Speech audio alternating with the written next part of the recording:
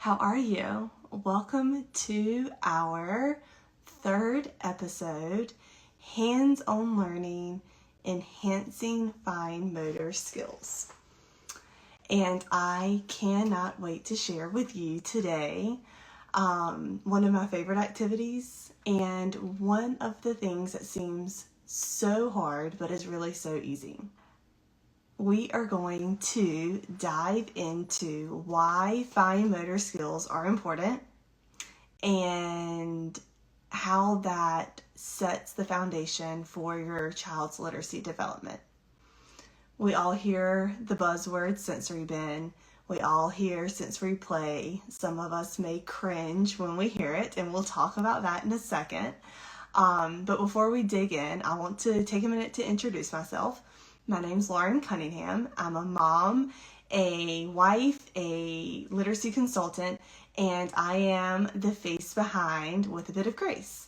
My mission is to support and guide parents into giving their children the support that they need to grow their literacy development, whether it's toddlers, elementary, through play, or focusing on literacy instruction.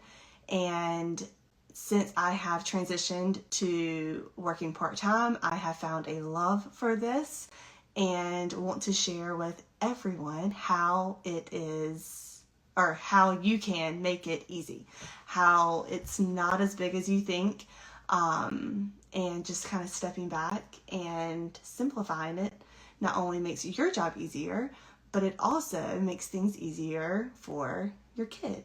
So, all right. Fine motor skills are those skills that we need to use our hands. We know that children need to write. We know that they need to be able to pick up things. They need to be able to, the things that we don't really think about. We, as adults, it's easy. It's our second nature, right? We pick up scissors, we automatically know how to use them. In the generation that we have, where there's a lot of screen, there's a lot of interaction and just touching, it's very, very important that we make sure that we're providing these opportunities to our little ones to play and use their hands and use their fingers and develop those muscles in their hands and in their fingers, because those strong muscles are going to be able to be used. Why do we need them? We need them to be able to turn pages in books, to manipulate books, to point to words in books. We need to be able to open and close scissors, right? That might be an activity at school. How to grip a pencil and move your pencil. Think about all the lines that you have to be able to draw whenever you're writing, right? You have to go up and down, sideways, diagonal, round. There's all these different shapes that come natural to us, but we have to make sure that our kids have the foundation that they need in order to be able to do that. Just like working out. Think about you, right? You have to build those muscles in order to do the big thing. So, lucky for our kids, it's a lot less sweaty and a lot less hard than working out. They get to do fun activities that involve pipe cleaners and beads and scissors and Play-Doh, sensory bins, and we're going to dive into how to make this something that doesn't overwhelm you, and we're going to simplify it, because when you confuse, you lose. Too many pieces makes things way too difficult and just gives your child the perfect environment for the perfect storm. Everything just gets overwhelming, and we really want to keep it simple, keep it focused, so that they can build these fine motor skills and build those hand and finger muscles that will set them up for success when it comes to their literacy development, writing, manipulating books, especially. So, just like last week, we talked about 4 kind of steps that we're going to take in this approach. We are going to set up an activity. We are going to let your child explore. We're going to encourage them, maybe by sitting beside them, playing with them, and then we're just going to watch it happen. We're going to see what happens. Maybe we adjust, maybe we keep going, maybe we take what we did, change out one part of it and make it a new activity to them, but really like the base is the same. So what I'm going to do is demonstrate what you've seen me post maybe this week on Instagram, because I set it up for my 3-year-old. I almost said 2-year-old. My 3-year-old. Okay. I chose this puzzle. It's alphabet puzzle, but you can use any kind of puzzle. If you have a farm animal puzzle, use that one. Construction, whatever it may be. You're going to start by, I tried to do this before because I didn't want it to make a whole lot of noise. You're going to start by taking, and there's the noise, all of your puzzle pieces, putting them in the bottom of a bin. Okay. Then you're going to take whatever kind of dried good you might have in the pantry. What's old? What needs to be used? Is it pasta? Is it rice? Is it dried beans?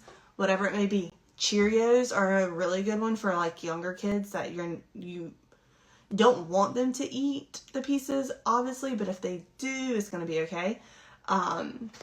Or really like any kind of dried cereal. Okay, so we're going to take that dried good. I have rice. And, okay, rice was one of the things that I started sensory bins with before I really knew that there were different fillers that I could use, so to say.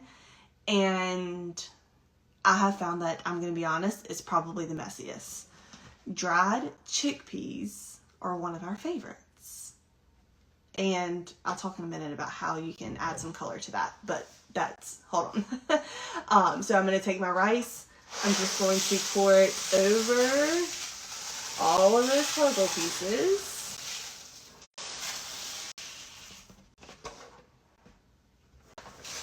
And ta-da! I'm going to shake you out. You're done. When I said real time 3 minutes to set up earlier this week, I'm being serious, okay?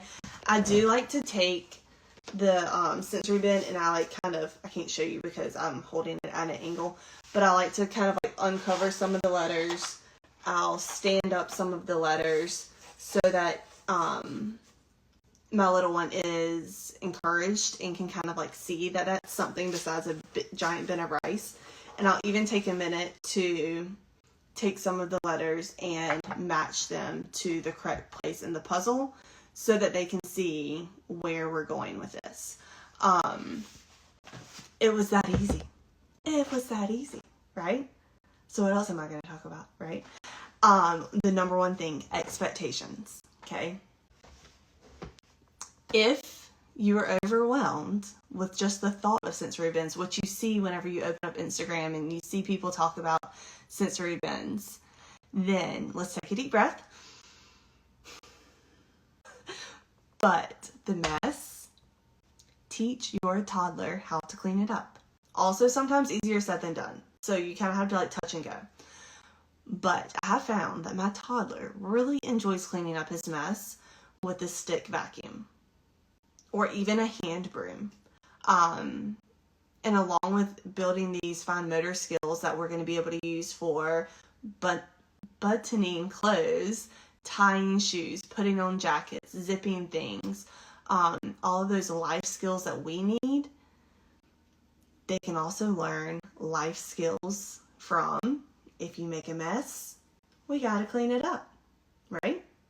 The number one thing, the expectations, making it very clear that these things stay in this bin. If these things come out of the bin goes away. And we'll try again tomorrow. And you will have tears. You will. It'll be big. It might be big. It might be little. My toddlers are big. In the beginning, but now he knows the expectation of the pieces staying there. And now if I see rice being dropped on the floor or whatever, it takes one time of me saying, remember, rice stays in the bin. And I want you to do me a favor. When you correct your child's behavior, tell them what they can do. Don't even address what they can't do. Just tell them what they can do. The rice stays in the bin. Keep the rice in the bin, or keep it in whatever on the mat, whatever area you have. Toddlers, little ones, even elementary school kids need the visual of where their pieces need to be. So this activity is going to be in a bin because it's like rice. But if you're doing like Play-Doh or something like that, even taping, like using painter's tape to tape a rectangle and say you need to keep it in here, is a very effective strategy to keeping everything contained, because we don't want it everywhere, but we do understand also that it's going to make a mess. I mean, half the time I make a mess trying to just set it up. So we want to be understanding in that, but we want to teach them that when they make a mess, you got to clean it up or it goes away. You know? I will be the first to tell you, when I started setting up sensory bins, thinking I was working on fine motor skills, with my little one, I would put all the things in there. Y'all should have seen the basket of things I would buy from Dollar Tree, because I like to do themed things, which are okay, great, fun, fine, but I would buy so many things and I would put them all in this bin, and it was almost like he couldn't even get to interact with things because the bin was so full. So if you notice in this activity, we have rice and we have puzzle pieces. They're digging through the rice, they're feeling that texture, they're having to scoot the rice out, they're having to dig. You can even, I didn't bring them up here, I should have. The scissors that have the scoops on the end, is a hand to mind, I think, fine motor kit. If you literally go to Amazon, type fine motor tools, it'll be one of the first to pop up. Having them like scoop the rice off with that, or using cups to pour with. That's another way to get those hands and those fingers moving, to build those muscles. So this was a very simple, and obviously with this sensory bin, we are also hitting letter recognition. You can choose to leave all of your letters in here for the whole puzzle, or you could, like we talked about at the beginning of the series, when we were focusing on letter recognition, you could just put the letters to build your child's name in first. Have a sheet of paper instead of the actual puzzle piece, or the puzzle board. Sorry, words are hard. And you could have them match the letters in the sensory bin to the letters to spell their name. So you could go either way with that. Last tip I'm gonna give for little ones and actually completing the puzzle. A lot of times, if they can't find a letter, you can do something like, okay, it's over here, narrow down the size or like where they should be looking. You could give them clues like, this letter has pink on it. It doesn't tell them exactly what letter it is, because it could be W, it could be J, it could be F, it could be T. But it's kind of like focusing them in on which piece. And then lastly, the strategy that I taught my son early on, was just kind of like rubbing the puzzle piece over until it fits. Well, you didn't see it fit, but fit into the end. So yeah, it can be that easy, and it should be that easy. We don't want it to be overly complicated and hard. We want it to be simple. So I'm so glad that you popped on and joined me for talking about how fine motor skills can help build your child's early literacy skills and create a strong foundation for their literacy development. Working on these fine motor skills through sensory play and sensory bins. And next Thursday, same place, same time, 2:30 p.m. Eastern Standard Time, we will be talking all things listening skills and how that plays into our early literacy skills and the foundation for the strong literacy development that we all want and hope for our children to have.